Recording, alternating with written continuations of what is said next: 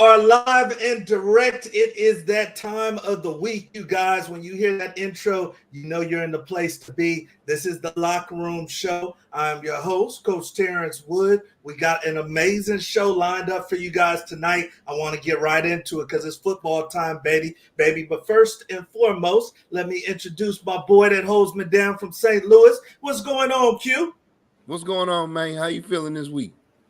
Hey, man, we got a lot to talk about as always, No, we always brother. got a lot to talk about, man. We got a good guest, man. We gonna get right into it. We ain't got time. We gonna get right into it right now.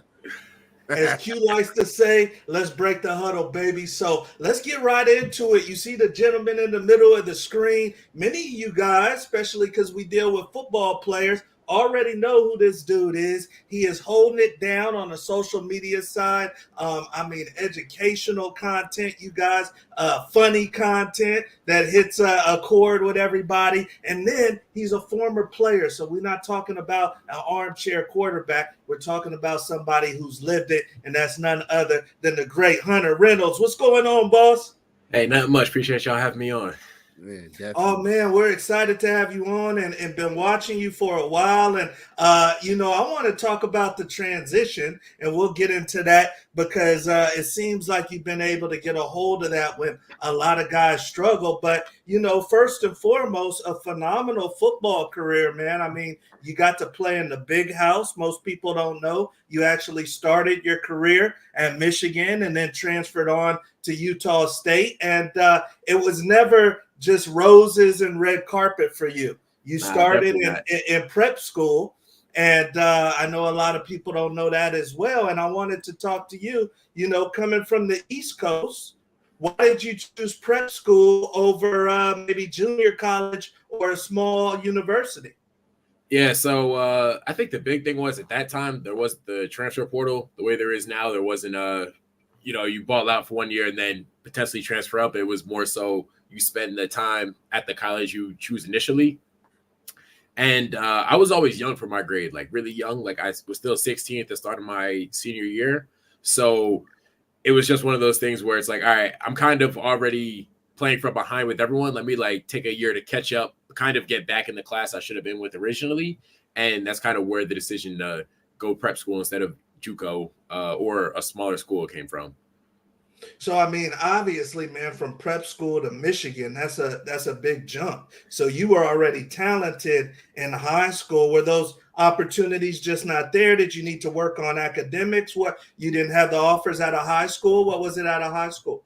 Yeah, no. So coming out of Don Bosco, I didn't have any scholarships. I really only played my senior year. A lot of it was because I had that late growth spurt, late development, and so no offers coming out of high school. Went to prep school. Still didn't have any offers, but because of some of the teams we played and because of some of the players I played against and played well against, I was able to get a few preferred walk-on opportunities. So one of them was Michigan, and ended up taking that. Okay. Wow, that's amazing right there. When you got to Michigan, did you feel like you were treated like everybody else, or was that a little bit of a tough road? What's funny is a lot of the players didn't even know I was a walk-on. I think it was just because, kind of the way I conducted myself, in workouts, I was always trying to, I was competing with everyone else in practice. I was always fighting to get a rep here whenever I could. Obviously, to the coaches, there's that. You're definitely a walk-on. You'll be doing drills and they'll be like, yo, you're the one holding the bag, or you're the one giving the look, you're on scout team. But it was one of those things where I kind of knew that's what I was getting myself into. So I went into it with I'm just put my head down and work. I'm not going to worry about anything I can't control. I'm going to just do everything I can do to make myself a better football player. Going back, actually, I forgot to say. So the reason I didn't really have a lot of offers was because my entire life, I was a receiver. Then when I got to prep school, I switched over to DB. So that's another big thing too. I would only play DB really for 1 year. So I was like, let me just take all this time to kind of really be a sponge, really absorb all the knowledge and information I can, work on my craft, my technique, and then in time, just use that to keep improving.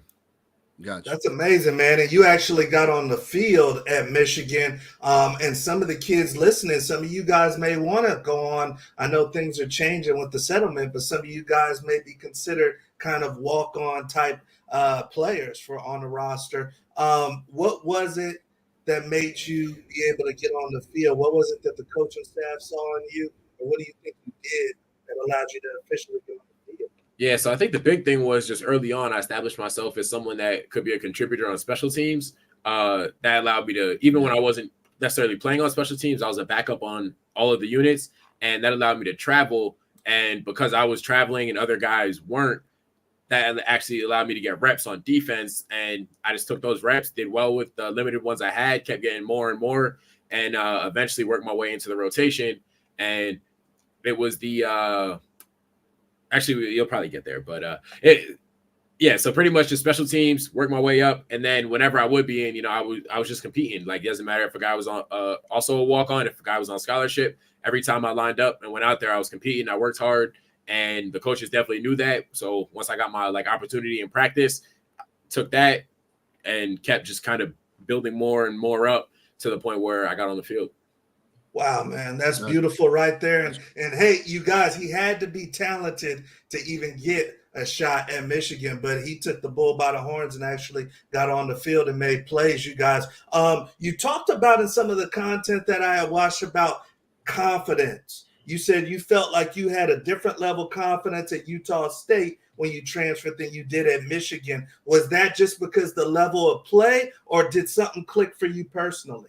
I think it was a mixture of both. So at Michigan, I was obviously the walk-on, and I knew that, all right, there's a bunch of guys highly rated, highly recruited that are behind me. So I always had that kind of in the back of my head where I'm not really the guy here. I'm more so like a bridge option, I feel like, especially being kind of an older guy, waiting for the younger guys to kind of develop. So in the back of my head, it was always like, yo, don't mess up, because if you make a mistake here, there's a chance you never get put back on the field. And part of it was growing up. Part of it was kind of just getting more and more experience on the field to where I got the confidence in myself to say, I don't have to have the mindset of don't just mess up. I can have the mindset of, yo, I know this. I know my assignment. I know the entire defense. I know what the offense is going to do from film study. Let me go out and make a play within the scheme of the defense, be able to make a play that I just wouldn't have had the confidence in myself to try and attempt when I was at Michigan. So I think that was the big thing, just those kind of being somewhere where the coaches brought me in and just having the reps and the cachet to, really trust that I'm a guy who, when I'm on the field, I can make plays. Wow, that's huge right there. And Q, confidence is so huge. You played at Kansas, man. And over the weekend, we had talked about how Illinois had brought it to Michigan, man. And a lot of people where you came from originally, Hunter, weren't too happy about Michigan losing to Illinois. And then you see Texas. You guys go down to Georgia in a tough fashion at home. And I wanted to ask you guys are the perfect ones to ask this. And I'll start off with you, Q. These kids are under a lot of pressure, man. These kids and these coaches. And it's even ratcheting up more because the NIL money and college football playoffs and the transfer portal. And I wanted to ask you, man, maybe for a kid listening tonight that's going to be playing at KU next year, what's some advice for dealing with the pressure that these kids will be facing? I mean, man, it's just like you heard my man say, you know what you're getting into, man. If you want to play D1 Power 5 football, you already know what it is coming in. That should be no surprise to anybody, man. That should be no surprise to anybody. If you want to be live waving the mom and everything you've ever hoped and dreamed since you've been 7 or 8 years old, man, you should know everything that comes with that by the time you 17 years old, 16, 18, whatever, you're a senior and it's about time to transition into playing big time college football. So everybody wants the bag, but you got to know what comes with getting the bag. You know what I'm saying? And I told you that, man, especially over this weekend with the big upset with Illinois over Michigan, Georgia pounding Texas. You got to show up every single Saturday, man. And that's pressure in and of itself, man. But that's what we play the game for on that stage. That's what we came there for. I just want to say I would have considered an upset. Illinois, they were ranked. Michigan wasn't. Illinois has been playing well. Michigan hasn't, so I don't know if I can say that an upset. But we'll say program wise, historically, it's an upset. Yeah. Like this season, yeah, I get it. Actually, Illinois has been playing some good ball, but it's like historically, program that's a blue blood school. You know, I feel like you. you know what I'm saying. But you all right. You all right. No, you definitely all right. But again, the point is, I don't care who you are. Tech, you could be, top, 1, 2, as far as the top 25, man, but you gotta show up every single Saturday, because the issue now, T, like we said, man, you got guys, we got like our guests that are killers, but they didn't transfer to another school. So everything is starting to even out now. You don't have Alabama and Georgia and all of these other schools holding all the horses now. Because what kids are doing is, I might be if I'm a 4 or 5 star killer, but I'm not getting ticked, well, I'll go somewhere else, and you start getting more and more programs, and you look around like, wait a minute, man, this is, Fresno State is somebody like that, but you start looking at their roster like, wait a minute, he transferred from Bama, he transferred from LSU, he transferred from Florida, so everything is starting to even out. It's almost a little bit starting to get back to football as we know it in our era, where anybody can beat anybody damn near. That's what I like about it. Good point. Talk to me, Hunter, because you had a unique experience, man, where you came from Michigan and then you were kind of a hired gun for Utah State, where I know there were some expectations. How did you handle the pressure or the expectations? I've kind of always felt live by the saying that pressure bursts pipes or pressure makes diamonds. So I've always kind of been one, like I want the hardest task. I want the expectations beyond me. I want people to think like, oh, he's on the field, he's a guy that needs to be making plays. If I'm not making plays, and I want the team to lose. Like, that's pretty much how I've always operated. So once I got put in that position, it was like, all right, this is what you asked for, but more importantly, this is what you work for. So like, that's why you can kind of, like, I always say the work, it shows itself. So the guys who don't work hard, don't put in extra work, don't watch film, don't really know the defense, don't take care of their bodies. Once the pressure opportunities come, that's usually when you see them shrink and fold. And then the guys who really do things the right way, that's when you kind of see them thrive. So you felt like you were ready for the expectations because of the work you put in from coming over from Michigan. So like, even when I wasn't playing, I always carried myself in the way I would be when I was playing. So it's not like once I started playing, I started watching film, I started taking notes, like literally from the first day I got on campus, like taking notes, watching film, doing all that stuff. So then once I started playing, it wasn't that, I have to form new habits. It's okay, I'm doing the same exact things that I've been doing. So that's kind of what helped me feel like, all right, I don't have to try and change up anything now that I'm in a new school or in a new role. I just have to keep doing what I've been doing. And the work, like I said, will show for itself. Man, I love that response right there, because you hold all the cards. You're in control of everything. And I wanted to ask you, man, when you think back, was that something that was already in you, or was that something that somebody hipped you to how to move that way? I would say when I first got to Michigan, I would just kind of watch how some of the older guys would operate. Obviously, when I got there, it was a lot of guys who played a lot of football at a high level. So I would just see how they would go about things. And, I see them, all right, it's the first special teams meeting. They've been here for 3 years already. They're front row taking notes. So it's like, all right, if he's a guy that's a team captain, if he's taking notes, like, and I'm aspiring to be in that role, then if I'm putting in less work, how am I ever going to catch up to him? So it was always like, all right, I got to, especially being a walk-on, it's like, I got to do every little thing in my control to put myself in the best position possible. So if other guys are doing something, that means I have to do even more than they're doing.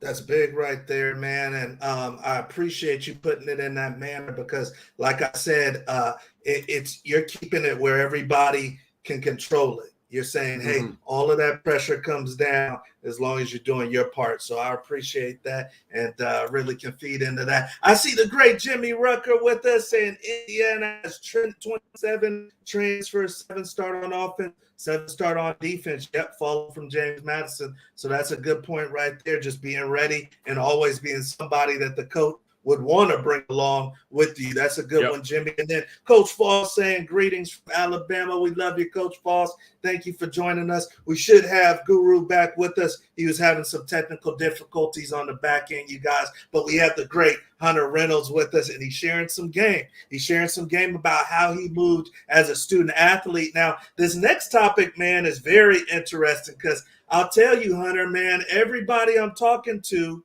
wants to be an influencer, wants to be a content creator. I have a kid. I'm not gonna say the school because his dad fell out his seat. But I got a kid playing major Division I football. Said he wants to hang it up, man, to be a content creator. And we had to talk him out of that. But you've had tremendous success as a content creator. Still fairly new to the game, and people already getting hip to you, man, on Instagram, TikTok, everything, YouTube. And I wanted to ask you, Hunter, what made you get into content creation? And then what advice would you give to the kid that's maybe still playing that wants to get started? Yeah, so it was really during COVID, during lockdown. It just started posting a couple, random videos on TikTok, and somewhere down the road, like a couple weeks or months into it, I just posted about, kind of football stuff, like my journey, posted on how I was able to achieve success and get to the level I was. And it just resonated with a lot of people. And from there, it was, all right, I'm still playing. So I'm going to just post stuff every now and then, here and there. And the more and more I posted, the more and more like traction I would gain.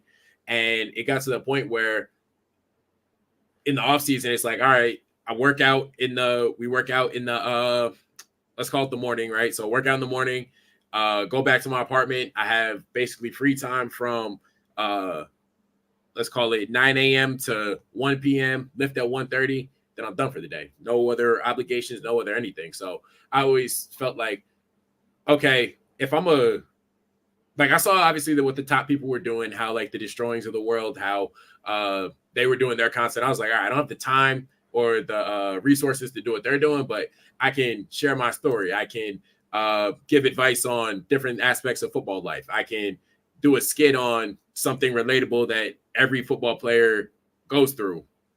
And the more and more I would do it, the more and more I felt, it just felt natural, right? It felt like, all right, I'm literally talking about all the stuff that I do and I live through. And once it got time to where I was done playing, it was, all right, there are a few different directions I can go with things. Let me like really go down this route, like, give my all, give like everything, really dedicate my my time to it. And I think that's when I kind of saw it, how it's going now, to where it's like really taking off and I'm able to do more things, have more opportunities, just because I really chose to like focus on it once I was done playing. What are some of the type of opportunities that kind of come your way when you're a content creator? Yeah, no, just working with different brands, being able to meet with different people, like the amount of people I've met just through social media, who like now I have relationships with like for pretty much ever. It's like something that you don't really think about. But going back to what you said about advice for someone, I would say, like, you have 24 hours in a day. Don't let the stigma of social media being distracting, like, don't let that hold you back, because at the end of the day, if you were to tell or a kid were to say, yeah, I went home and I played Madden or 2K for 3 hours, it's like, oh, okay, cool. That's what kids do. If a kid said, oh, I took 20 minutes to record, like, a day in the life in the locker room, or so, like, what I eat in a day, like, is that really much more distracting? Is that much more like taking your time away from football than the video game? So that's kind of how I always felt about it, where you have a lot of time. Just because it's not a conventional way of people spending their time doesn't mean it's a bad way for people to spend their time. No, that is amazing. And Jimmy over here saying that you got the Zimbabwe broadband hookup. But he's back with us, baby. And no, that's amazing right there. So in your heart of hearts, you feel like it can be done. Someone can execute content on a high level and play football at a high level. When I was playing the video, like the videos and skits I would make, it would all be done within the time we got done with it, because we used to have morning conditioning and afternoon lifts. A lot of my videos that I like kind of started when I was first starting out, blowing up on, those videos were done from the time we got done with the run to the time I came back for the lift. Like in that time, it was done. I had no classes over the summer. No, even if I had classes, I would have been able to do it. But yeah, no. So it was just about how I spent my time, spent my free time, basically. I love it. I love it, you guys. So, hey, you're not a one-trick pony. Hunter's telling you right now, make it happen. Make it happen. And maybe you can reach out to him and get some more tips, you guys. I love it right there. We're on to our next topic, you guys. And this is a great one to have you two former DBs to talk about. But I'll start with you, Q. We got some phenoms in the house, man. We got some phenoms in the house at the college level. I've seen the Antonio Bryants maybe win the Biletnikoff as a redshirt freshman. I've seen the Des Bryants do their thing young.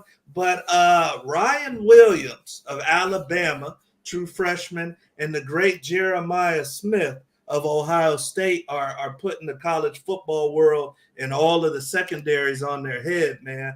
And we've got a long, long history of not letting kids get to the NFL too early. Now, I know they can make their NIL money, but it's not like NFL money. 3 years, Q. You know the rule. 3 years, you got to give your time before you can go to the league. Yeah. Is that outdated or should that stay the same? No, man, you still gotta develop, man. I mean, as great as these kids are killing. Here's the thing, man. Like I said, when I was in college, man, I used to talk to Rondé Barber a lot, and I always used to ask, him, and other guys, even out of my program or whatnot, and man, Aeneas, I used to ask, when I go back home and he was still with the Rams, and I'd be asking questions like, man, like what is the true, what are the main differences? And man, I remember the main thing I heard across the board was, man, these men got families, man.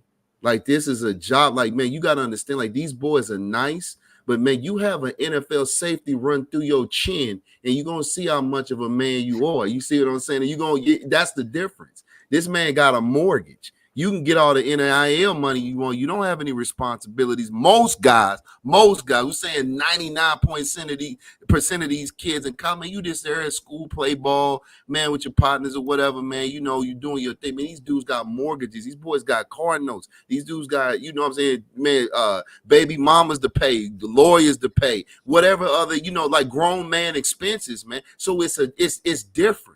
That level of hunger is different. Now, I get you hungry because you want to get to that level, but it's like, man, you talking about, man, looking like a grown man and being a grown man is two different things, man. You get somebody like Big Cam back in the day, man, running through your chest, man. You talking about you ready for the league at 18? Yeah, okay. Catch you slipping on a crossing route, but you're going to want to go hoop, I'm telling you. Okay, so you got the guru right there with his crystal ball, and he says, no, the rule is right. It needs to be 3 years out of high school. What does Big Hunter Reynolds think? I mean, one of these kids may win the Biletnikoff, man, first as a true freshman. Does that mean that they need to be able to go after 1 or 2 years? Nah, I think 3 years is fine. I think one thing I've seen is a lot of kids that age just don't make the best decisions. So for every, even Ryan Williams, I think like in terms of pure development, like he's a baller, but physically he's still looks like a college player. Jeremiah Smith, a little bit different, but he was the best high school prospect ever. So like, I think if we apply his situation to everyone else, we'll see a lot more guys who aren't ready make the jump. And then as a result, a lot more guys just lose out on their career because they made a decision they weren't ready for. So I think where it is now, it's fine. Let guys develop.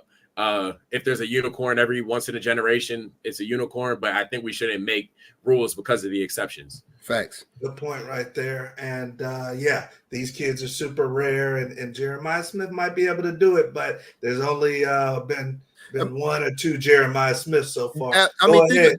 think about it like this, Coach. You got to think about it, man. Megatron retired, man, because of chronic injuries, man, because of constant double and triple coverages. And boys, it's like, you know what? I know he's gonna catch the ball, so I'm just gonna run through him.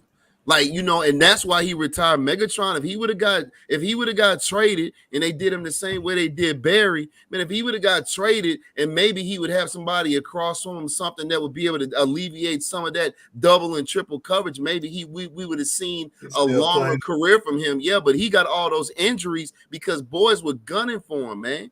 They were like, they putting their whole life into this dude, hitting him right up under the chin, chest, trying to cut, you know what I'm saying? Like, I mean, like I said, because you figure you're going to catch the ball anyway. Yeah. I'm just going to run through him, period, man. So you talking about Megatron, bro. So, you know what I'm saying? It's one of those things where, again, man, on that level, man, it's a different mentality. It's different.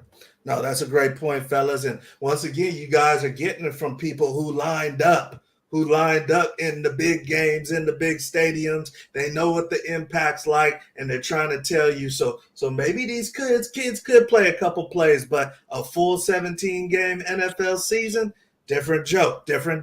And I see this is a great person to actually talk about this topic right here. So Corey, if you're hearing us, let us know. But LaCorey Collins, former #1 overall wide receiver in the country, about 6'4", 215. You know, the Jeremiah Smith is the evolution, LaCorey, of what you was doing. So you guys give us your opinions, give us your feedback. We are rocking with the great Hunter Reynolds, you guys. Hey, great player. University of Michigan goes down to Utah State, makes it happen. Now doing big things on the social media scene. You guys make sure you like, follow, subscribe to his content as well. We're ripping and running. We're on to our next topic, you guys, and this is a fan favorite, Hunter. This is the lightning round, baby. The lightning round where we get to put on a bit of a word association drill. If you guys been rocking with us, you know all about the lightning round. But Hunter has 60 seconds. 60 seconds to go through my list. He's got to give me his fastest answer he can possibly give, and we're going to see how many he's got at the end of this thing. So, Hunter, 60 seconds, brother. I'm going to put you through a little blitz. You ready to roll? Yes, sir. All right, so let me cue up the stopwatch. Now, this brother was known for tackling, but he had a little speed too. So we're going to see how he do on this lightning round. Let me cue up everything. Now, I know you are on the East Coast. You in Jersey. Now, I haven't been to Jersey, but we don't just do this for fun, Hunter. We actually got a little dinner on it. So I don't know what your favorite Jersey food spot is or where you're door dashing, but it's on us. If you can get to 14 or higher, 14 or higher on a lightning round. So we got him at zeros, y'all. He's got 60 seconds. We about to get through the list. All right, baby. First thing that comes to your mind, don't elaborate or it's going to take too long. All right. Number one. Here we go. First thing that comes to Hunter Reynolds' mind. Number one. Choke Rosemary Hall. Go. Wild boars. Favorite pizza topping? Pepperoni. IG or TikTok? Instagram. Best player you ever played against?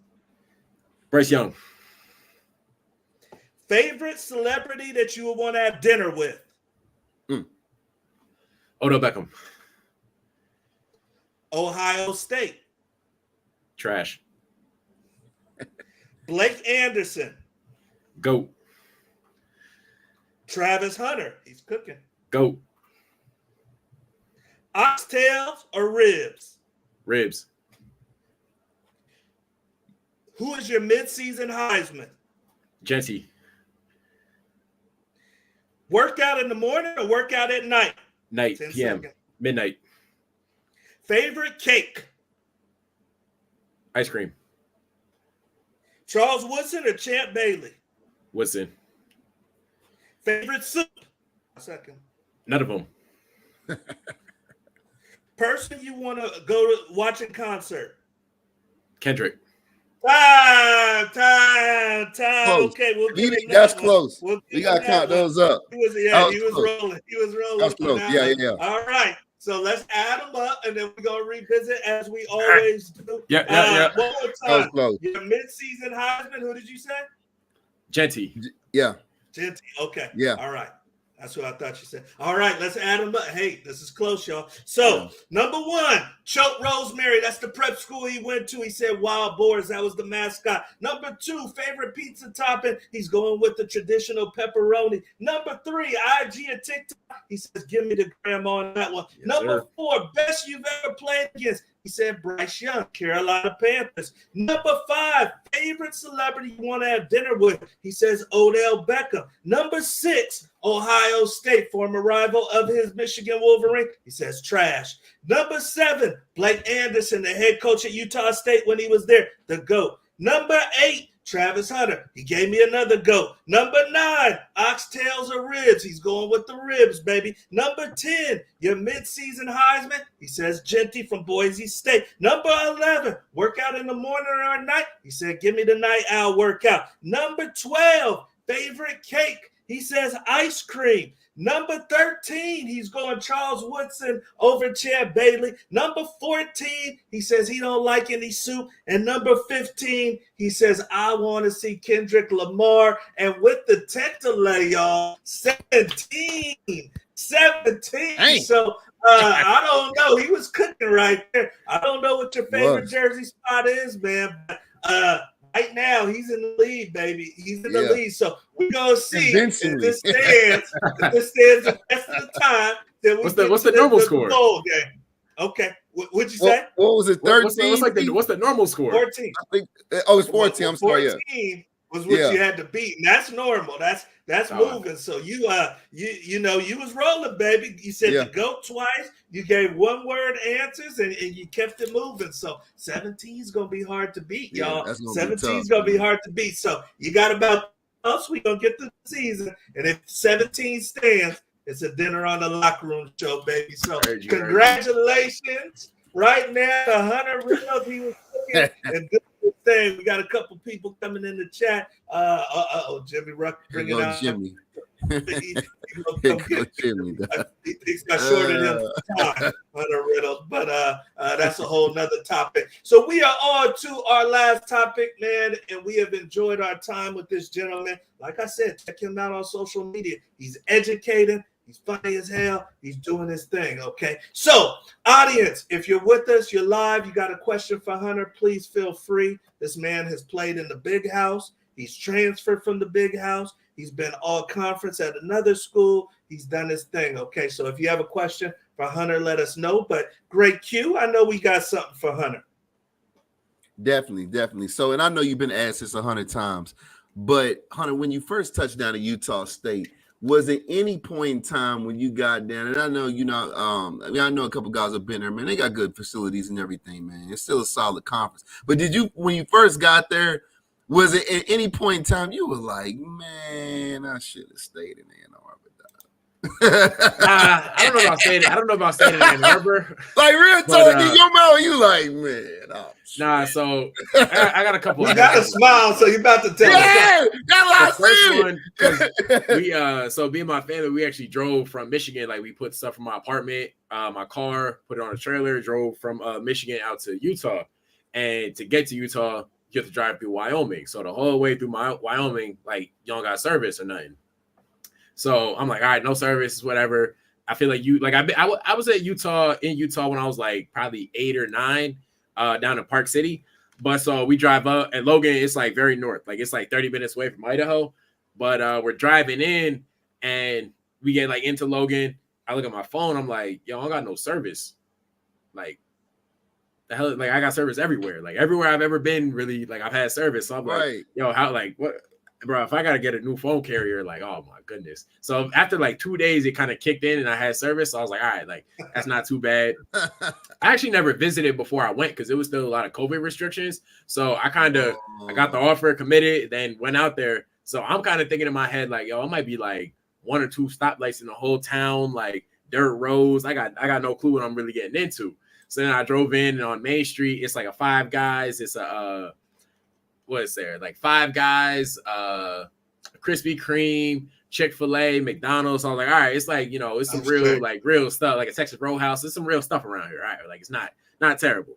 But then so at Michigan, like obviously unlimited checks for everything, just unlimited money pretty much. So everything the football had was like separate, right? It was like all football stuff.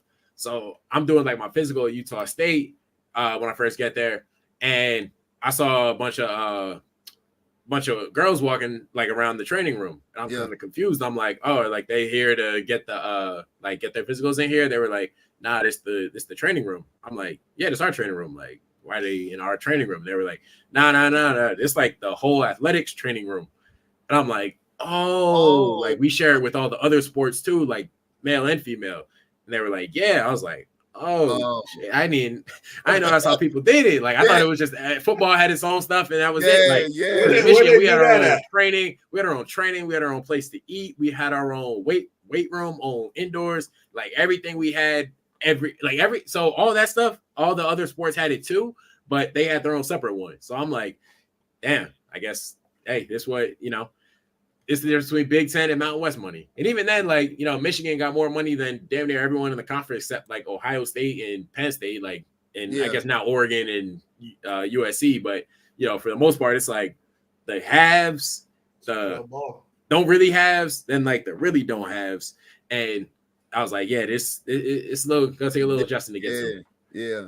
A little adjusting. No, it sounds like it was a good move, man. And I would say I'd make it 10 out of 10 times. For what I was looking for, I got out of the move what I wanted to get out of it. So I feel like that was the most important part. Like everyone's always like, oh, but you missed out on beating Ohio State. You missed out on winning the national championship. Well, I wouldn't have been there if I won the national championship. People still don't get that on social media, but it was more so I'm looking for I got to make a business decision right here. Like if I feel like I could get to the next level or have an opportunity to get to the next level, I'm not going to do it at this place. So I got to go somewhere where I can do it. Mountain West put plenty of guys in the league, so it's like, hey, if I go there and do what I do, or do what I know I can do, then I'll have the opportunity on the back end. Yeah, definitely. Let me ask you this, Hunter, before we let you go. And I know you're on the East Coast, so I want to be mindful of your time. But when you really sit back, man, and you think about football and what it's afforded you to be able to do, the people you've met, the places you've gone, what does football mean to you in your life? Do you think you'd be in the same place without it? What's football mean to you? I mean, I definitely wouldn't be where I am without it. Like, I mean, some of the experiences I've been on, I've been able to travel because of football. My best friends are because of football. Yeah. I think like the lessons I've learned in life that have kind of molded how I think about things and the way I operate in life, that's because of football. Like being able to fight through adversity, being able to have confidence in myself, being able to, understand the value of hard work and dedication and not giving up. Like that's all because of football. And if I didn't play it, I can't say I'd be in a bad spot, but I definitely wouldn't be in the same spot. That's amazing, Hunter. Yeah. Well, you are doing amazing work, man, and it's good to see the transition. I know because we're not done, man. I know it wasn't easy, even though it may look easier, it looks like you're having big success. I know it wasn't easy, man. Yep. So from player to player, gladiator to gladiator, man, bravo, and we're wishing you the best. How can people find you or reach out to you?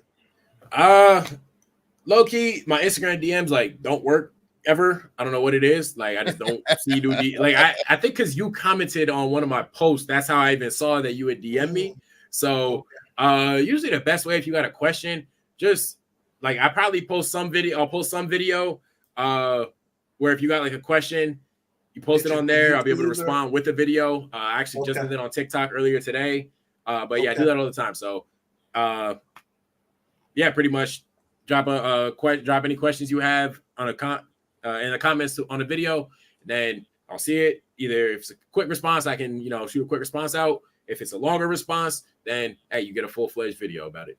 Sweet, baby. Well, hey, you guys, this man is on IG. He's on TikTok, Twitter, Instagram. You guys can find him. YouTube.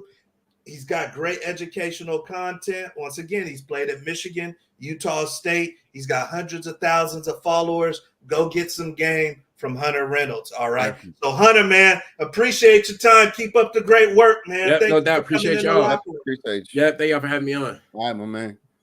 All right, you guys. So hey, that's the great Hunter Reynolds and Q. I mean, some guys don't transition well, dude, but this kid picked up the ball and he's running with it, and now he's getting big time opportunities, man. I mean, over 20,000 people on YouTube, 100,000 on Instagram, 100,000 on TikTok.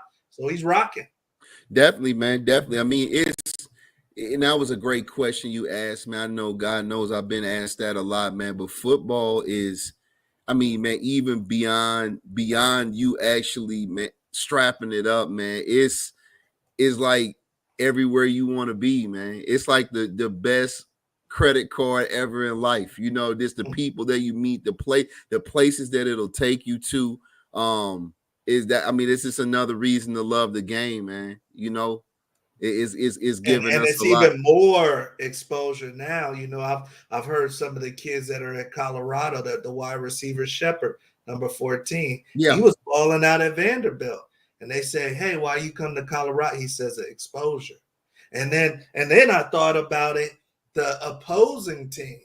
The opposing teams want to ball out because they know that's probably the most eyeballs that they're going to have on them that season. So if I ball out this game, everybody going to see it. So, you know, you young football players out there, man, some of you guys waver back and forth on should you go all out at this thing. You don't have to go pro, but this thing is going to, like you said, this is a nice little passport.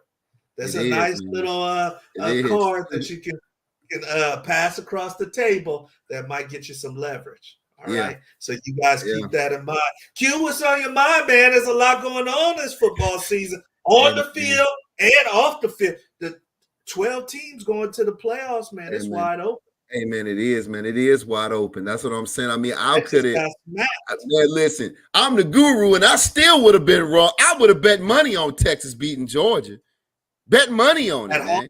You know, and the one thing we might have to make a short about. We'll talk later to you off the air. But man, I think we got an official quarterback controversy in Texas, man, because it's one of those things where, you know, with Quinn, that could totally rock that kid's his confidence. You know, and it's not that Arch came in and did much better, but the fact that Sarkisian made that decision at that point in time in the game, it just really. You think he was right for that? Or you know what? I don't because I mean, as great as Arch is, man, and we all know, and we know he's gonna be the guy. But it's one of those things where Quinn Ewers is still a first-round quarterback in his own right. We know that 100%, and for him to do that. He's created an official quarterback controversy. And now it's going to be, well, what do we do the rest of the season? Because you can't keep being where Quinn plays one half and Arch plays one half or switching them every quarter. I mean, we've seen teams try to do that in the past, right? But it doesn't work. Your quarterback has to be your guy. You got to stick with your guy, and you got to just work. You got to work through it, man. That was just one of those things where that was on the O-line. That wasn't even on Quinn Ewers, man. If he gets time, he's going to pick you apart. He's a great quarterback. But as a coach, I feel like, man, that was a really, really poor decision to do that, and that could create a lot of controversy in your locker room that you don't want to have. Yeah, it's interesting to see how coaches respond, you guys, when they get pressed.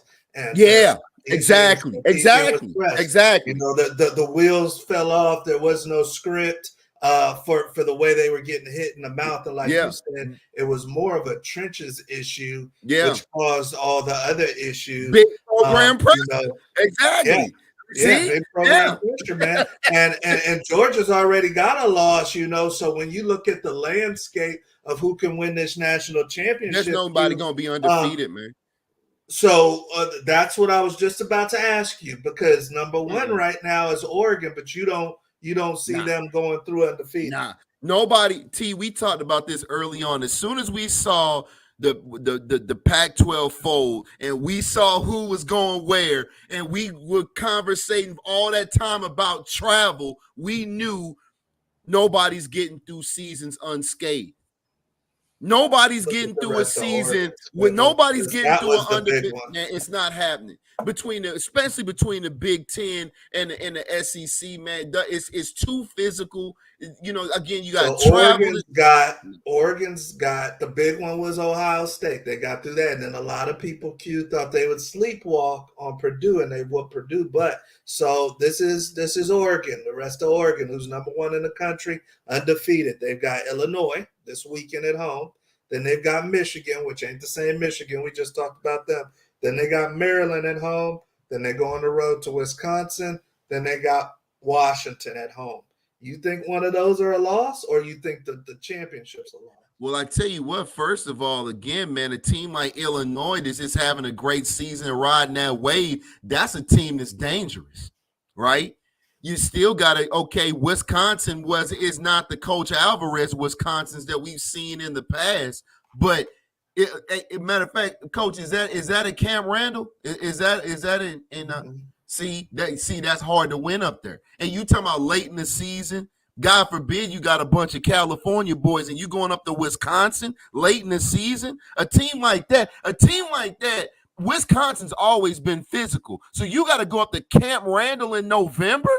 Man, they'll just get physical, man, and they'll just ruin your season just by just getting physical with you and knock you off of your chase for the ring.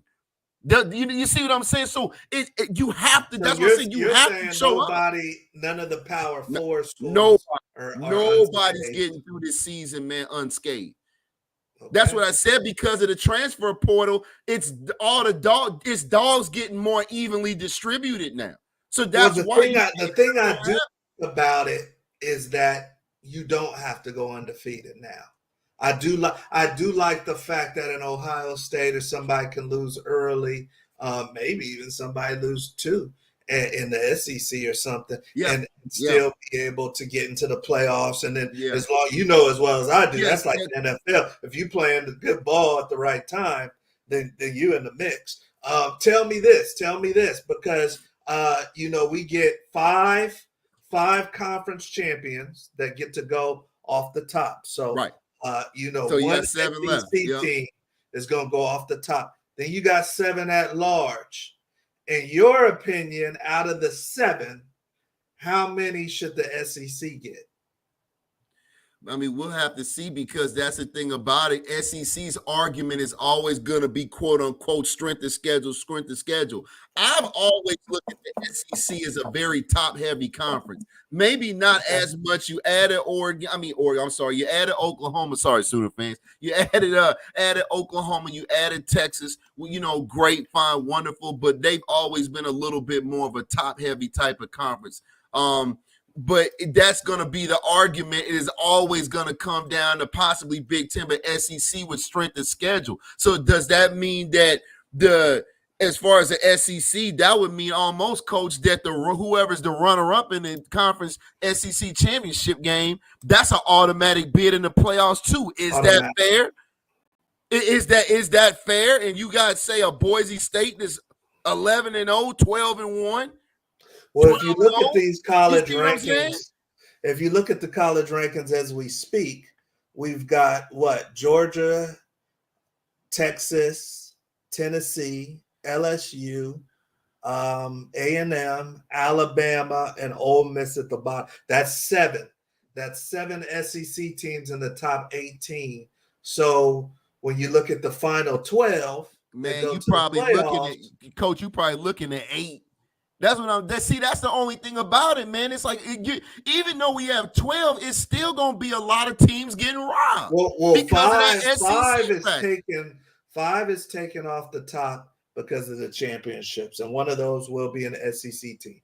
Now, that means you got 7 more spots.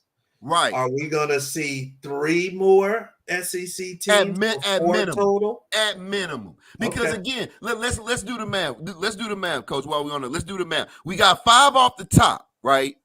Yeah. you might as well say 6 off the top because you automatically know whoever's the SEC championship runner-up, they automatically going. So that's really 6 off the top. So if we were talking as we speak, then you're talking Georgia and Texas are going off the top. Off the top. And then you got to factor in, hold on a second, that's 5.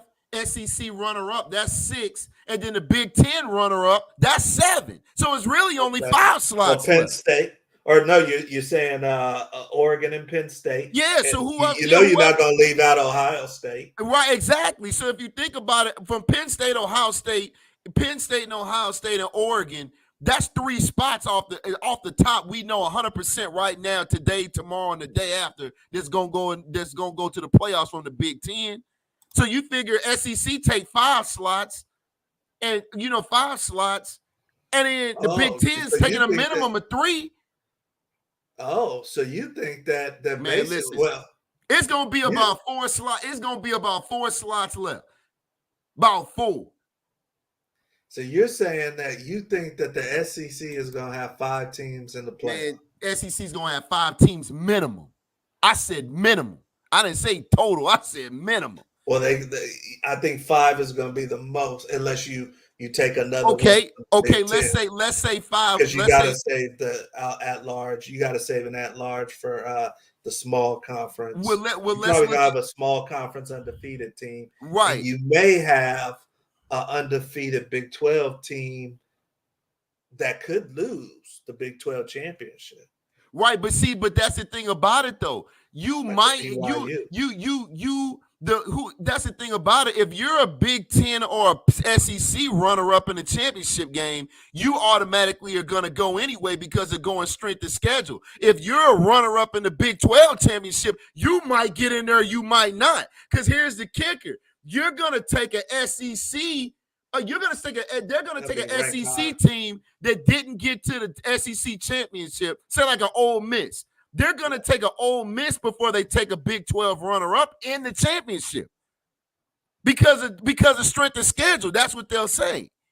So I'm looking at it like realistically, SEC is going to have 5 teams in the playoffs, and Big Ten's going to have 4. So it's only going to be 3 slots left.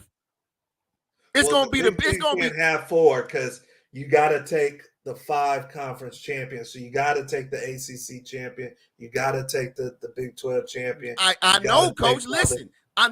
Check it out. So if you got 5 SEC teams, that's 5 from the SEC.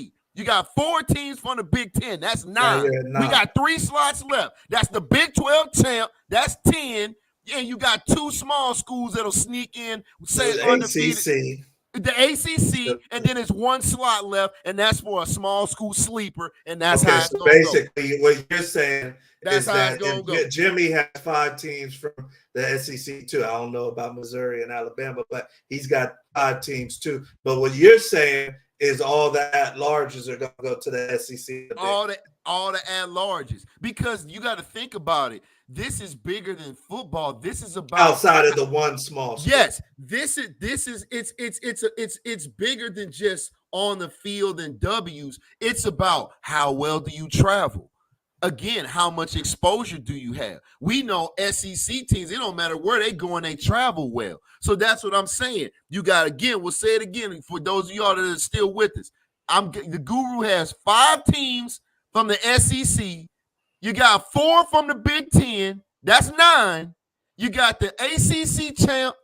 That's 10. The Big 12 champ. That's 11. And then you'll have a sleeper like Boise State. And so you're saying if you end up runner-up in the ACC or runner-up in the Big 12, you're going to get passed up by multiple.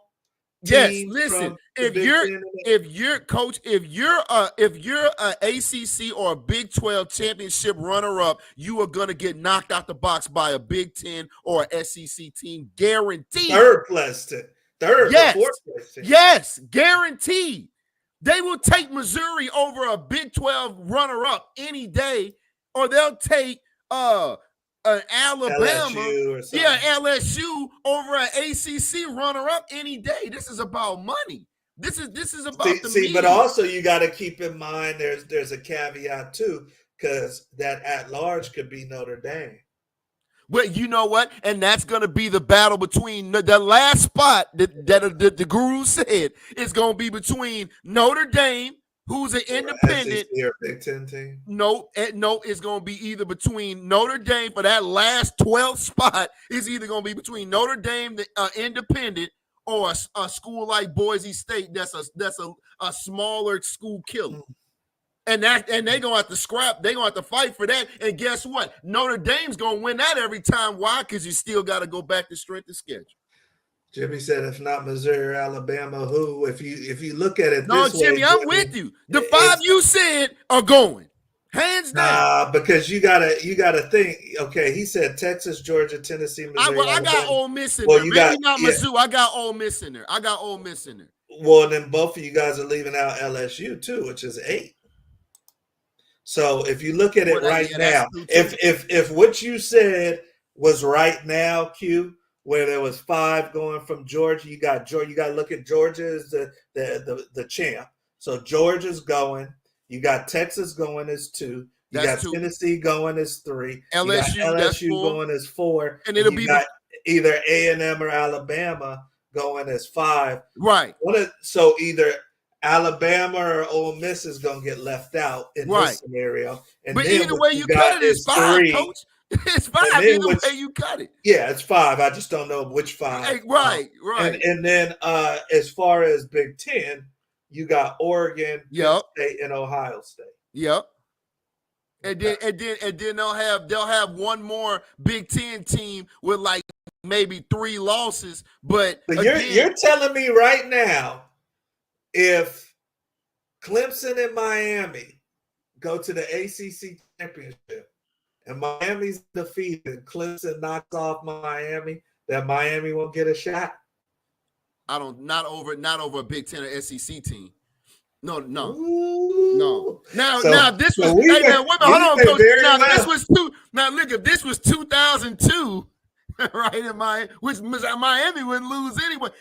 But again, it's not that they don't have that kind of firepower, because those type of Miami teams was must-see TV. That's what I'm saying. It's beyond W's on the field. This is about the followers, the players who follows them. It's about the coverage, who travels well. This is a network thing, man. It's got to do with this is a network thing. Right. Okay. So as good as Miami is, man, we taking Ole Miss or somebody like that, man, they travel better. You know, Ole Miss on the road or LSU on the road, somebody like that might even have 2 or 3 losses, but hell, they're bringing 30 or 40,000 people on the road, man. We got to have him in.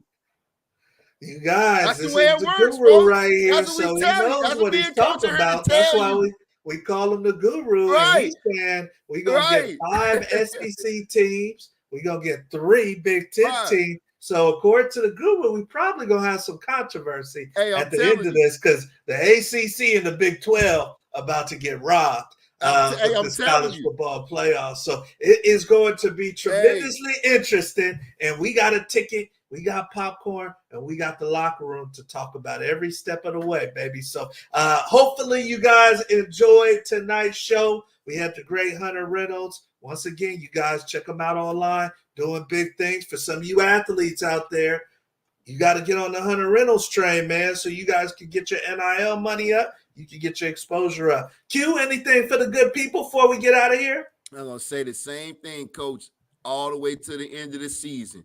Especially you high school kids, you get to the playoffs, make plays, and put yourself on the map. If you're not on the map, put yourself on the map and make yourself some plays in the playoffs, man. These coaches are watching. They are watching. And Coach, tell them, how many times have we seen kids that they're coming to see some 4 or 5-star kid or whatnot, and then all of a sudden on the opposite team, they're like, well, wait a minute, who is this kid? Well, number 5 or whatever, he's giving these guys problems, and we already know that this kid is a 4 or 5-star. We need to know who this kid is, because we might be able to get us a sleeper. Yes, that's indeed. The way it works. Every time you step on the field is an opportunity, baby, even if it's just special teams. So you heard it from the guru. Hopefully you guys enjoyed tonight's show. Love you guys. Have a great weekend. Stay healthy, and we will definitely see you at the top. Have a good one.